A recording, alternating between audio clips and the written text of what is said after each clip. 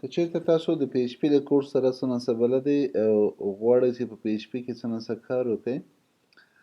او هغه به همدلته په کمپیوټر باندې رن کړئ، نو د زمپ یوه ګټه دا ده چې تاسو هغه پروژې راواخلئ او ډایرکټ په دې سرور باندې واچوئ، ځکه دا زمپ د یو پیکیج دی آل ان ون، هر څه دلته شته دی په لوکل هاوس په همدې کمپیوټر باندې تاسو کولی شئ چې هلته په براوزر کې هغه خپل پروجیکټ وګورئ، د هغه فرنټ اینډ وګورئ، هلته کوم بټنز وینډوز وغیره دا مو چې جوړ کړي دا وګورئ. فرض وکړه ما سره دغه یو 3 پروژې دي، کمپیوټر ساینس نیوز ډیټابیس دی، انټرنیشنلایزیشن دی چې دا موږ په 2 بڼو کې جوړ کړی، او لایبرري یا کتابخانه ده. زه به دا پروژې د جنه کاپي کړم او را به شم په زمپ کې به واچوم په هغه ځای کې چې زه غواړم چې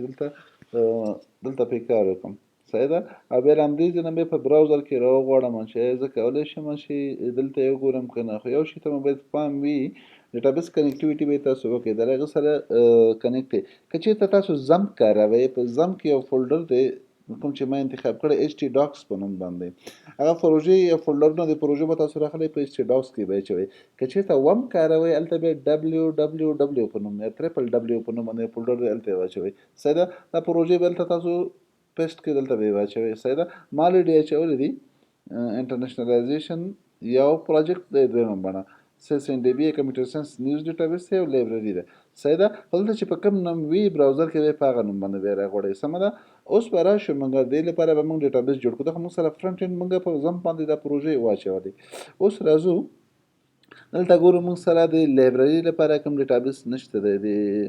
ډکشنري لپاره یا آی 18 انډیکټ لپاره هم نشته، بلکې د سیس ان ډي بي لپاره موږ سره شته کمپیوټر ساینس نیوز ډیټابیس. دا معنی چې زموږ یو پروجیکټ صحیح دی، دا دوه نورو لپاره به موږ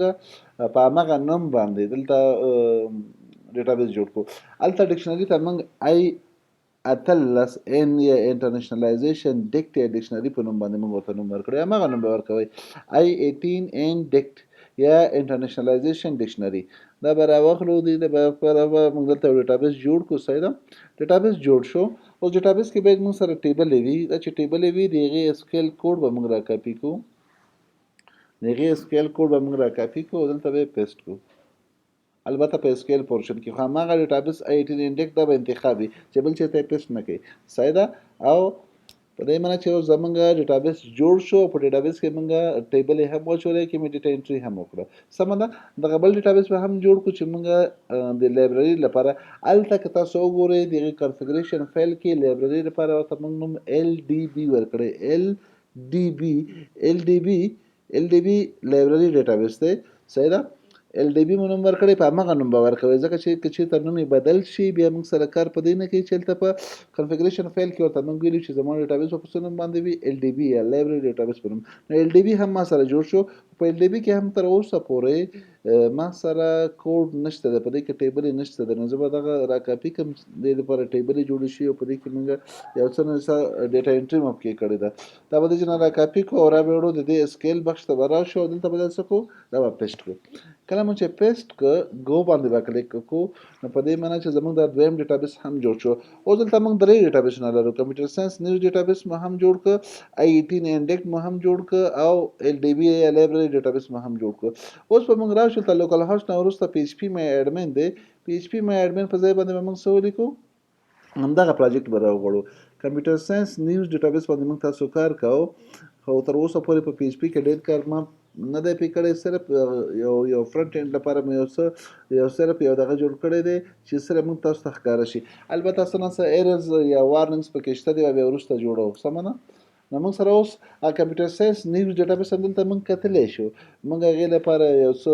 لینکس مو ورکړي دي، څه کورسز مو ورکړي، آل نیوز به زموږ دلته راځي چې په دې باندې کلیک کړو چې کوم نیوز زموږ وروستی دی لیټسټ دی هغه به راځي، دا نیوز چا خپور کړی دی. صحیح ده. نو هغه فرنټ اینډ به دلته موږ ته ښکاري. که چېرته دې نه زه بېرته راشم کمپیوټر ساینس نیوز ډیټابیس نه وځم، هلته یو فولډر زما د لایبرري په نوم و، البته ډیټابیس یې د ایل ډي بي په نوم، خو فولډر چې هلته پروت دی په ایچ ټي ډاکس کې چې ما واچوه د لایبرري په نوم دی، دلته به زه لایبرري په تر بیا وغواړم. تاسو ګورئ لایبرري لپاره یو عادي ډیټابیس چې موږ جوړ کړی دی، که څه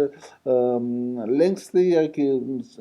فرنټ اینډ موږ ته ښکاري، که موږ غواړو چې لاګین شو دې ځای هغې ته لاګین کېږو، که یوزر نیم پاسورډ رانه غلط دی فارګټ پاسورډ باندې کلیک وکړئ، خو هر څه چې دی موږ ته همدلته لوکلي موږ هغه پروجیکټ فرنټ اینډ کتلی شو، کوم چې موږ تاسو په پروګرامینګ لینګویج کې کار کړی. دا د زمپ یوه ډېره لویه ګټه ده. که لایبرري نه تېر شو،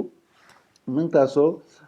I18 انډیکټ یا انټرنیشنلایزیشن ډکشنری ته مو یو پروجیکټ هم جوړ کړ تاسو ته یادېږي هغه کې یو I18N په نوم باندې و صحیح ده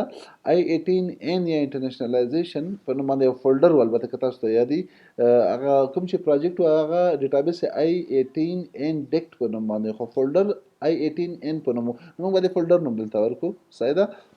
هغه کې نه انډیکس فایل دی index.php let me check I18N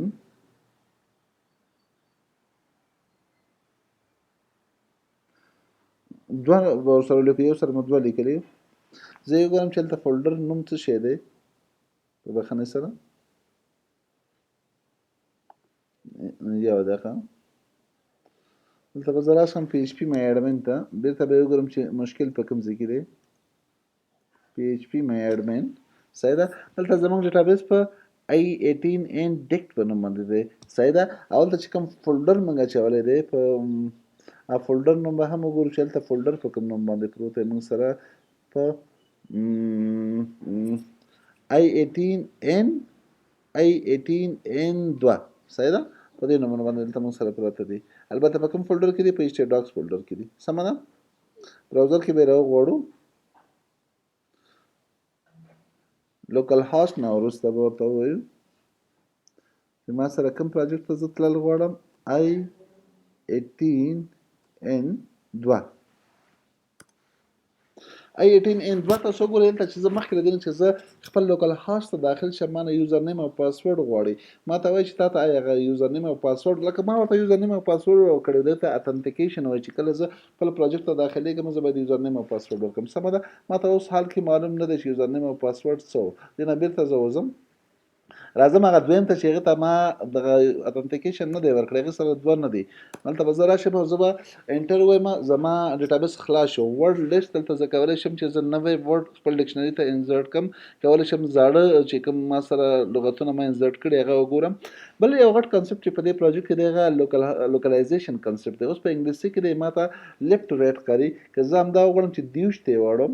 جرمني ژبې ته اوس هم لیفټ ټو رایټ دی ما سره دغه ټول زما فرنټ اینډ څومره بټنې چې دي وټ ایور دا په الماني کې شو که زه غواړم چې دا بېرته فارسي ته راولم رایټ ټو لیفټ شو لسې لغات بل بڼه هم بدله شوه رایټ ټو لیفټ شو که همداسې زه وغواړم په چینایي کې چاینا باندې زه نه پوهېږم ګوګل ټرانسلیټ نه مې اخیستی دي نو خدای دې وکړي چې صحیح وي همدغه ټکسټ مو کاپي کړی دی دلته مو اچولی نو موږ ته په خپل پروجیکټ په څلور پنځو ژبو کې تاسو کولی شئ بله ژبه پکې اضافه کړئ بله ژبه پکې اضافه کړئ نو دغه د لوکلایزیشن کنسپټ په هم پکې راوړ د زمپ یو ټولو نه غټه همدا ده چې تاسو خپل پروجیکټ جوړ کړئ په زمپ کې په htdocs باندې واچوئ او په وم کې کاروئ دلته په www فولډر کې واچوئ او خپله دلته براوزر کې راغواړئ تاسو د هغه فرنټ اینډ هم لیدلی شئ البته تاسو ډیټابیس کنیکټیویټي باید کړې وي اوکې خدای دې وکړي چې دغه درس مو هم یاد شوی وي